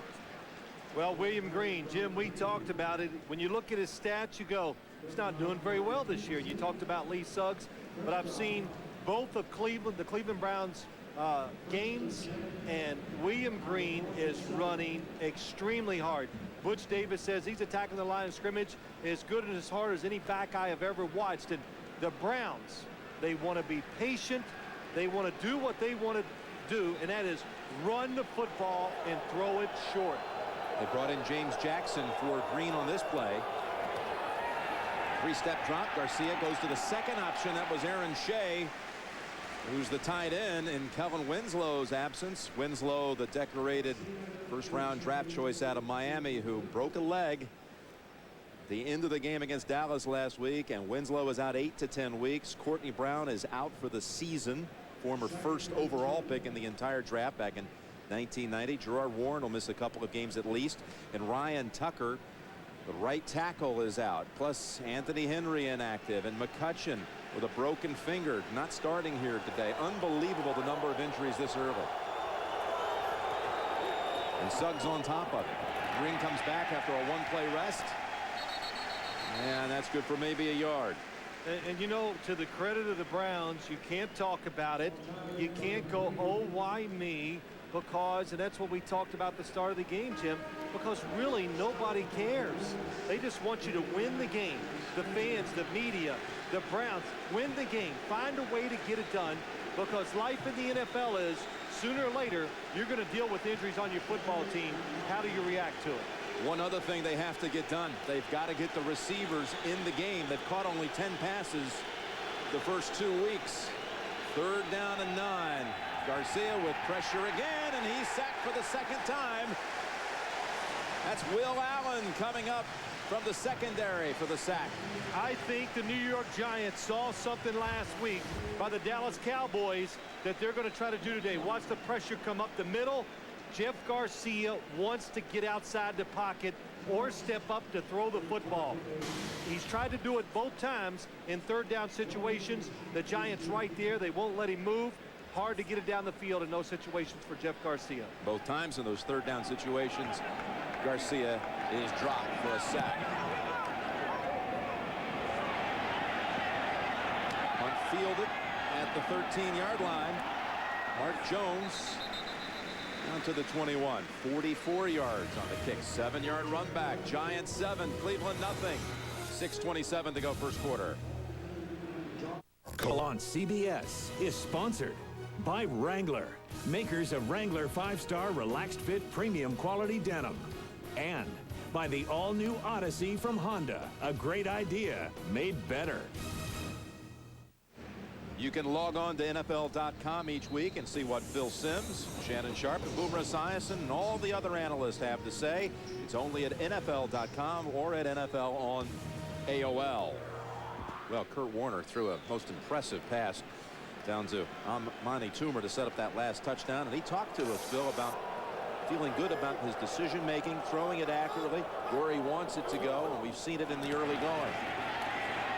It's Tiki for a quick 5, running to the short side of the field, and talked about Jeremy Shockey trying to get comfortable in this new system, moving around a whole lot. What do you see here early in the Sim spotlight? Well, I want to tell him to get used to it. Jeremy Shockey out of the backfield.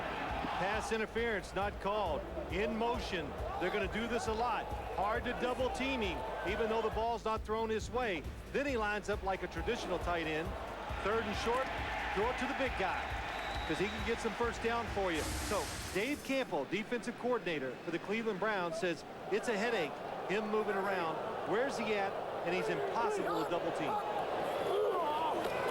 Up the middle, but Tiki again tries to take it outside. This time the Browns allow nothing at all. Sets up 3rd and 5. Now, Jim, we talked to Jeremy Shockey, and that's why I was telling some of our pregame guys what went on. And what makes him uncomfortable is being in the backfield. That's new to him. And going up inside as 6'5", which he's every bit of that, trying to block smaller linebackers who get really low, it's got him concerned. So, you know, he's uncomfortable. This is a guy that's used to dominating the talent around him at all levels. Now he's asked to do something he hasn't done before. Well, he's a little uneasy, but he'll get used to it. 3rd and 5, and they swing it over. That's Carter, and he bounces out. Will they give him the spot? They do. First down. Earl Little bounces him out of bounds. You talked about Kurt Warner and just how comfortable he is, and this play just illustrated it's pressure, slide in the pocket just a little, do the old little soft toss out there. The word smooth comes to mind. That's what Kurt Warner's about. It's not about look at my terrific arm, look where I can throw it. It's about being in rhythm, and when you have a guy like Tim Carter who's fast, 3rd receiver who can stretch the field, it makes a good combination for the Giants. 105 total yards already for the Giants, only 2 total yards for the Browns. New set of downs, and it's Shockey fumbling out of bounds at the 41. Michael Lehan was on the coverage. Well, see, they split him out there hoping to get a mismatch, but what you get is the starting corner against you. But it doesn't matter. Even Lehan, he has to show him some respect. Shockey's a tight end, but he still has the speed to go deep, and he gives him that cushion, and Kurt Warner makes a good throw.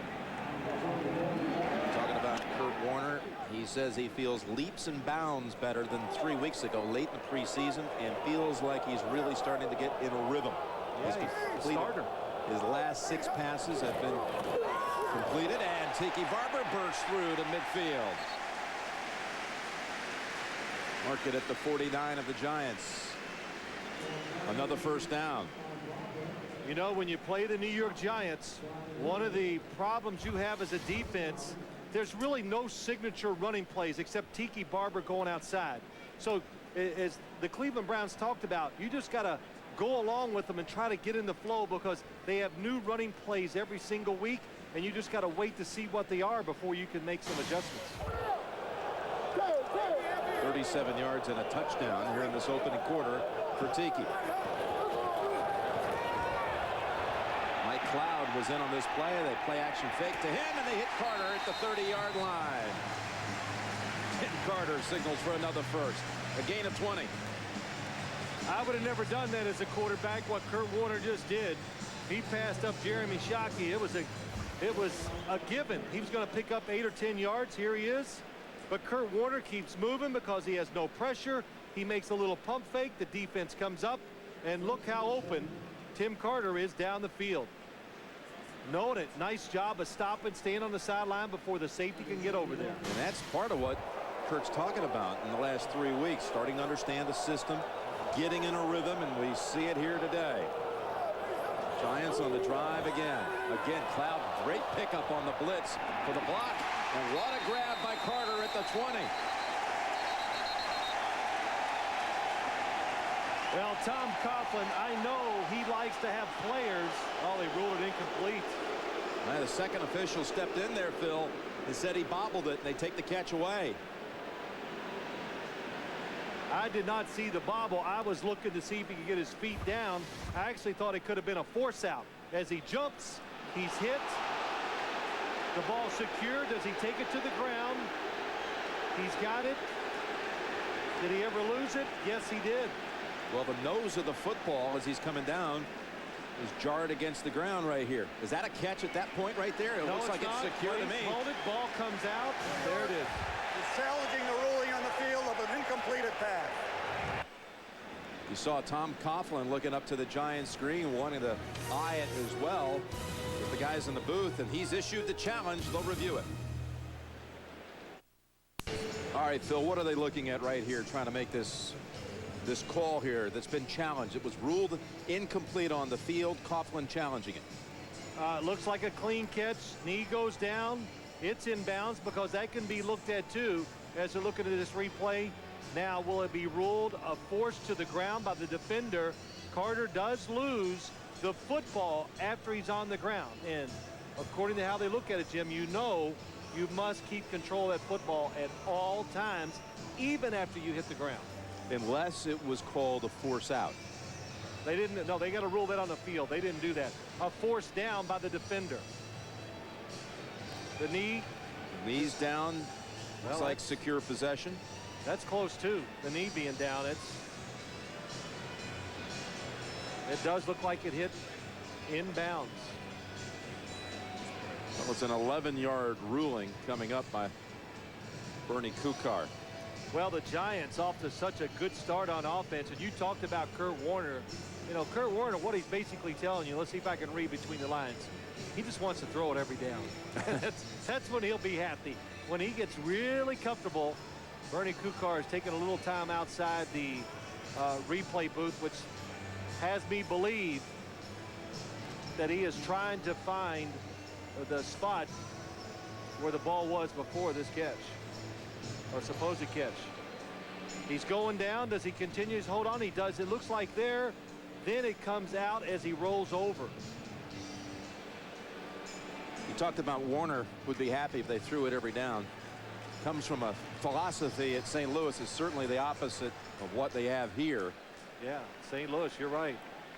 St. Louis, they of course had that up-tempo attack. And after reviewing the play, the receiver did not maintain control of that football throughout the catch. Incomplete attack. Timeout, New York.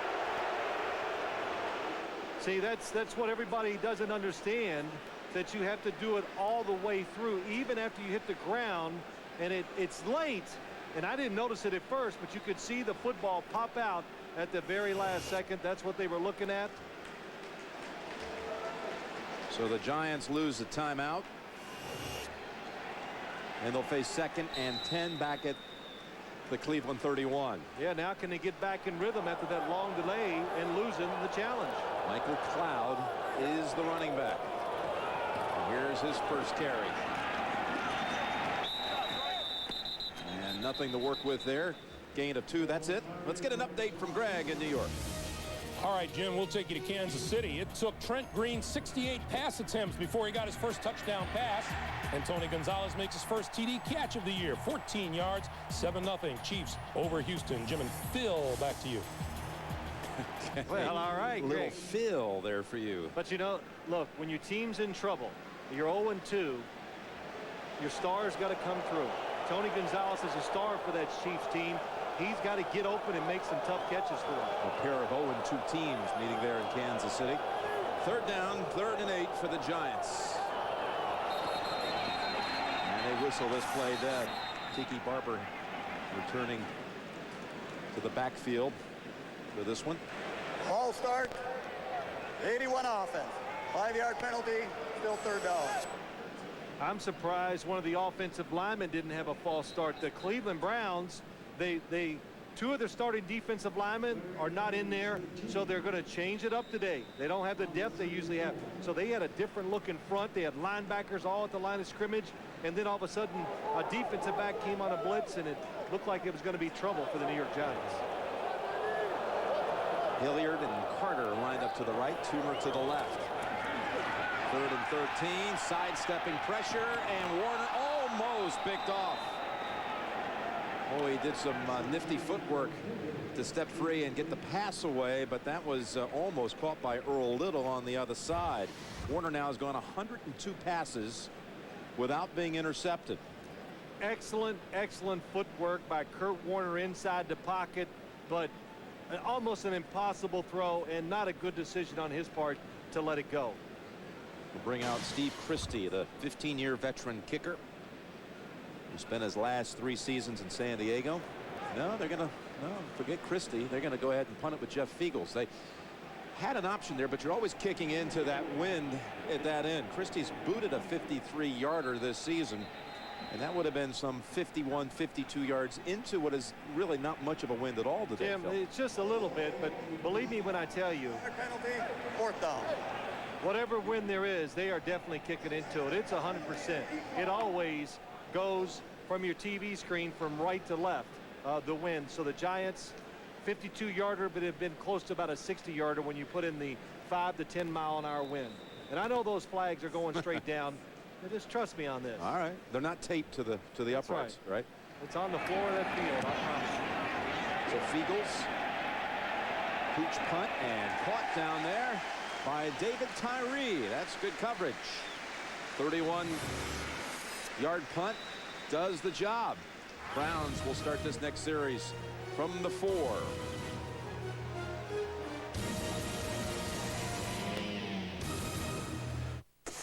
Well, you like this matchup. We got another one for you tonight on 60 Minutes. Mike Wallace takes on Bill O'Reilly in the same cage. 2 Tigers. Season premiere of 60 Minutes. That's tonight here on CBS. All right, so Jeff Fiegels 2 times now has pinned the Browns back inside the 20, and this one all the way back at the 4. 2 game decisions by Tom Coughlin. Not going for it on 4th down and punting and not taking the field goal.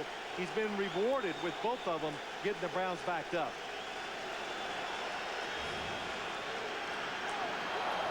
And a little room for Cleveland as William Green falls at the 7. Gain of about 4. Well, when you're backed up in an end zone, opposing's field, you hear the noise, but look what it looks like for William Green. And what he's doing, as soon as he sees a hole, as he's going left, as soon as he sees space, you hit it right down.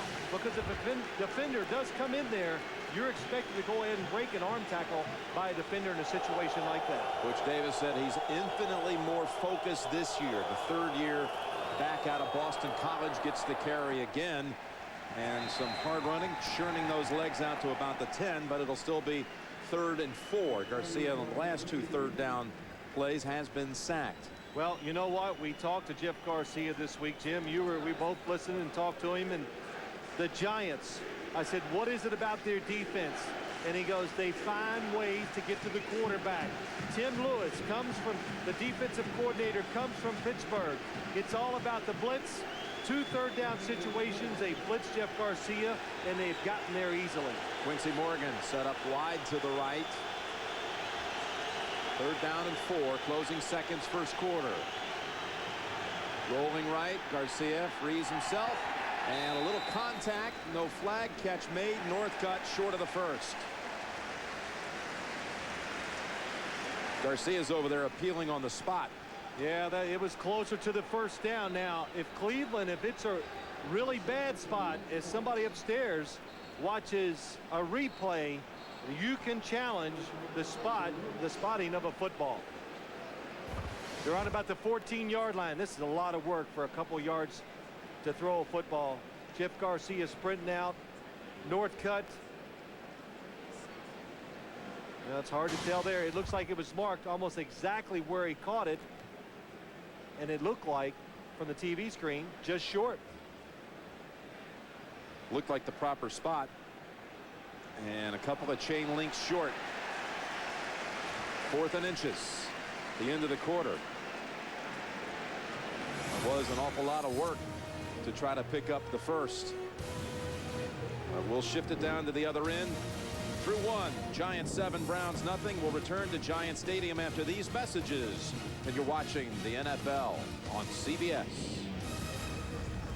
I'd like to Tom Coughlin and Butch Davis, both head coaches, but we had a good laugh after the Giants punted that football down to the inside the 5-yard line. There was Tom Coughlin coming over, slapping 5 with Jeff Figos, and then with Tyree, gave him a hug as he came off the sideline. So showing some personality, showing some emotion, and just traits that I don't think a lot of people really understand that he has. And of course, when they win, more will come out. They are challenging here the spot, Phil. That's why we have a delay. Here's another look at it. Well, we talked about it. You can challenge the spot. There. It's hard to tell when he gets perfect control of the football, but my eye tells me it was about exactly where they marked it. And as an old coach would say of mine, well, your eyes weren't that good to begin with. That would be Bill Parcells. Well, it's somebody, I don't know who it is. Who saw you last week with reading glasses and said, you should have had those about 20 years ago. Yeah. In a good, I didn't say anything back like, you know, you diets or I don't want to get into that. You were above all of that. Yes, I am. Butch Davis issuing a challenge here. He actually has the most successful record in the NFL when it comes to issuing challenges, almost 50% success rate. I don't know. I mean, this is just so hard to tell off these angles. Good angle. That's the best angle I've seen so far. Now, you're talking about trying to move a football a couple inches. Can you say there's something conclusive to move that up for, 3 to 4 inches to give them a first down? That's what I say when I mention angles. From these angles, when you have a camera that's shooting at it from anywhere other than right on that first down line, it's so hard to tell.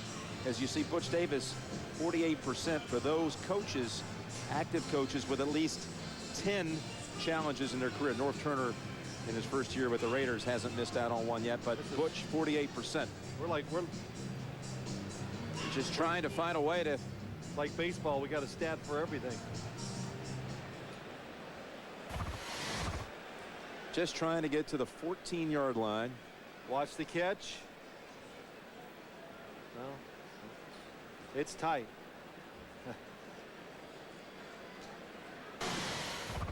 Again, is it conclusive? Butch Davis feels strong about it. Trying to get his team, keep them on the field and get some momentum on his side. That's why he's doing it. Good shot. Is it conclusive enough to advance it just another 2 or 3 inches? It's so hard to be able to say that. I'd be surprised right here if they gave the Browns the spot they want. And if they do win the challenge, they move it. After reviewing the play, the receiver came down out of bounds. It is an incompleted pass. 4th and 4 from the 10-yard line. Well, when you challenge it, it can bring other aspects of the play into it. And we were watching the spot. Never did we even think about that it could be an incomplete pass. Unwanted aspect. Hit. Oh, I know. Right. If we could see it one more time, the receiver never comes down in bounds. So he came down out of bounds, and even though he was hit, if it's not ruled a force out on the field, then you can't look at the replay and say it was a force out. It has to be ruled on the field. So Butch, forget about the spot, forget about the completion. They finished that first quarter with 1 first down and no completions. Trailing 7-0. Ross, poor punt this time. It's going out of bounds at the 40. 30 yards is all.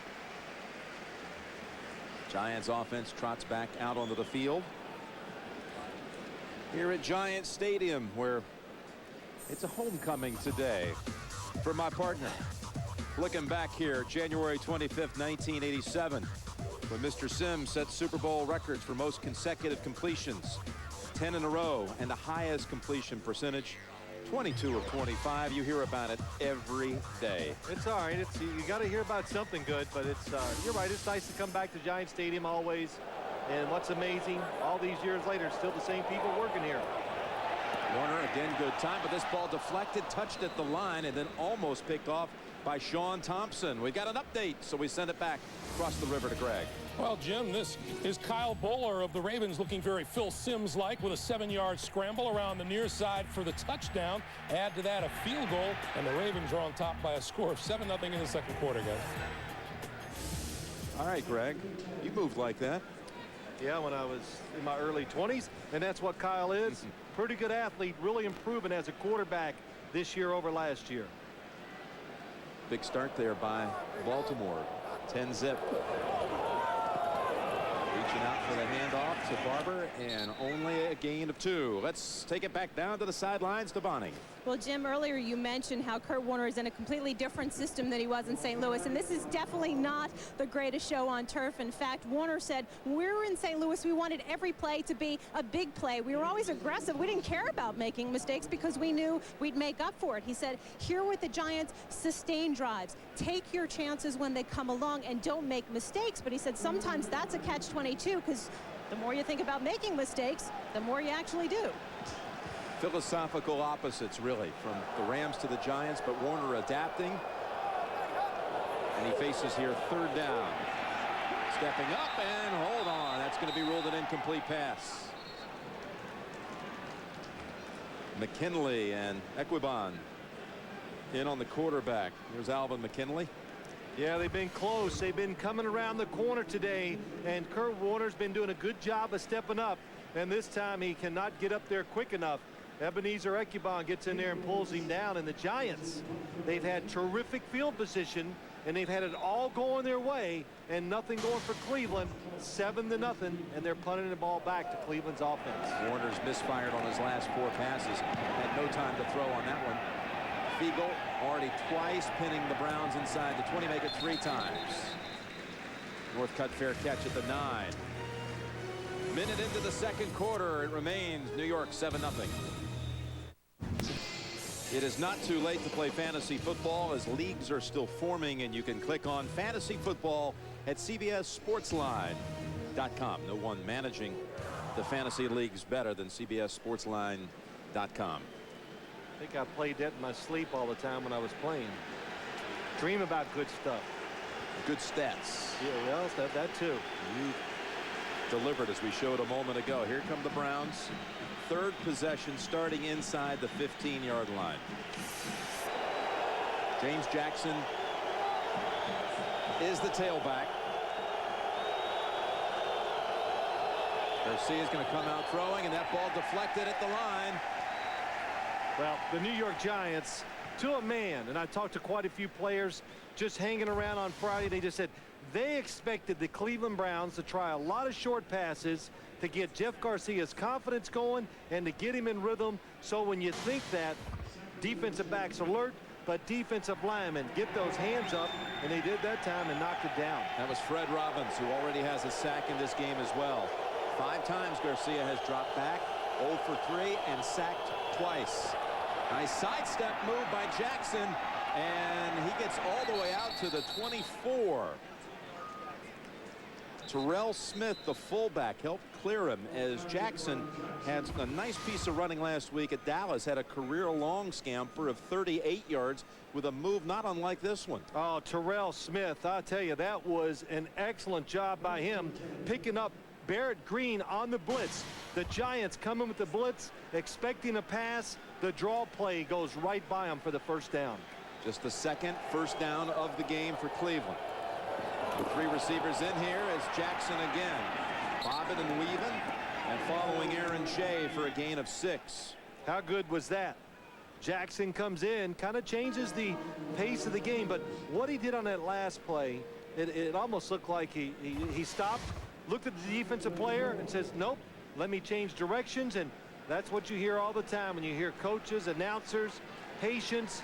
That's what Jackson just did on that play. He has 2 carries, 20 yards. James Jackson. Feed him again. Trying to move the pile and leaning about a half-yard shy. Barrett Green with the first hit. Green coming over to the Giants this year out of West Virginia. 5th year, though, by way of the Detroit Lions. Signed free agent in the offseason. There he is. Scored a touchdown last week. The fumble recovery against the Redskins. And there's his father wearing his jersey, and not unfamiliar wearing a Giants jersey. His father, Joe Green, played for the New York Giants back in 1970 and 71, was a defensive back. He comes to every home game. Comes up from Florida. Jackson on 3rd and short, and the Giants say they stopped him. There's Joe, a principal down at Delray Beach Academy in Florida. Well, 3rd and short in the NFL, it's so hard to get. And if you just run it up the middle, the Giants defense, they attack the line of scrimmage, nowhere for the runner to go. They're guessing run.